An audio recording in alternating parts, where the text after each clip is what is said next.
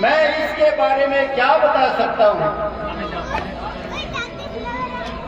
मैंने तो चरण निहारे हैं, देखे माता के कान नहीं। ओ देखे माता के कान नहीं। मैं तो बिच्छुओं का सेवक हूँ, मेरे की पहचान नहीं। मैं तो बिच्छियों का सेवक हूँ, कुंडल की मुझे पहचान नहीं।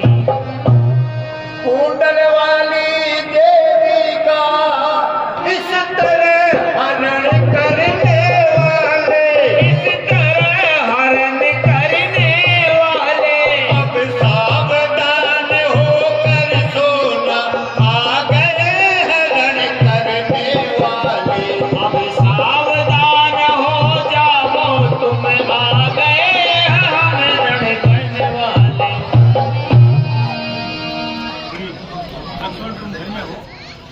लक्ष्मण तुम धन्य हो, एक तुम भी भाई हो, जो प्रेम भक्ति की मिसाल हो। एक मेरा भी भाई है, जिसका मुझे नाम लेते ही लज्जा सी आती है। हे सुग्रीव जी, तुम इन पर्वतों पर क्यों रहते हो? मुझे पूरे वर्णन सहित समझाओ। हे प्रभु, मैं जिसके भय से गाय बना,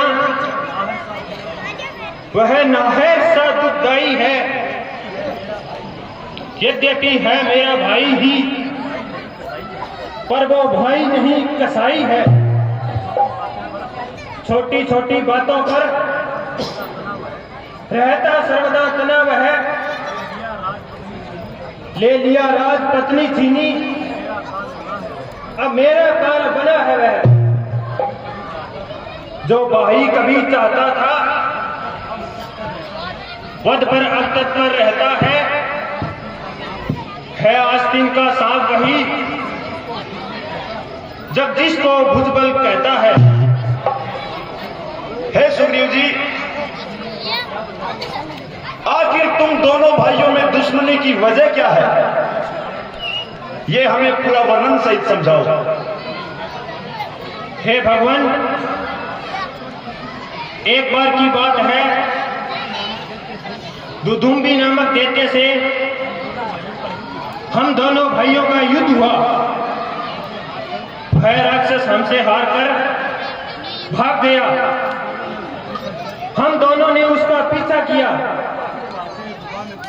वह भागते भागते एक गुफा में घुस गया। भाई वाली उसके पीछे चला गया और मेरे से कहकर गया था कि अगर मैं 14 दिन तक न आऊं तो समझ लेना कि मैं मारा गया। हे प्रभु, मैंने उसका 1 महीने तक इंतजार किया। एक दिन उस गुफा में से एक खून की धार निकली, तो मैंने सोचा कि भाई वाली मारा गया है। मैंने सोचा कि वह राक्षस अब मुझे भी मार डालेगा,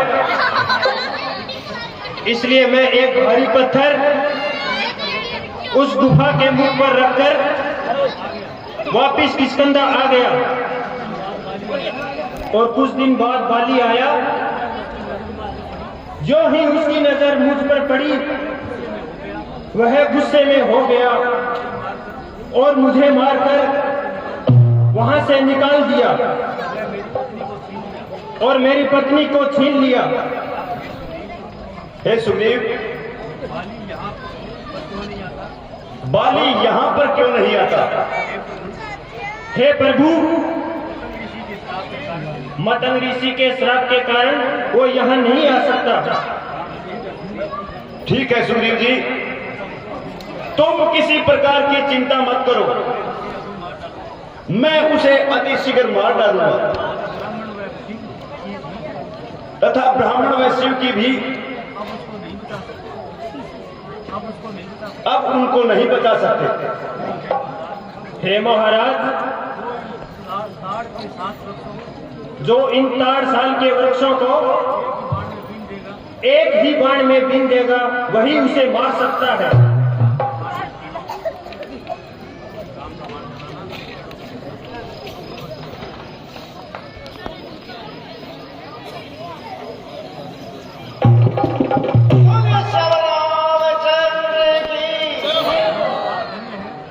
आप धन्य हैं प्रभु,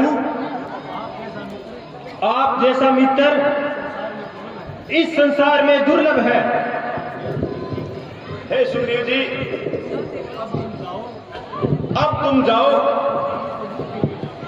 और बाली को युद्ध के लिए ललकारो।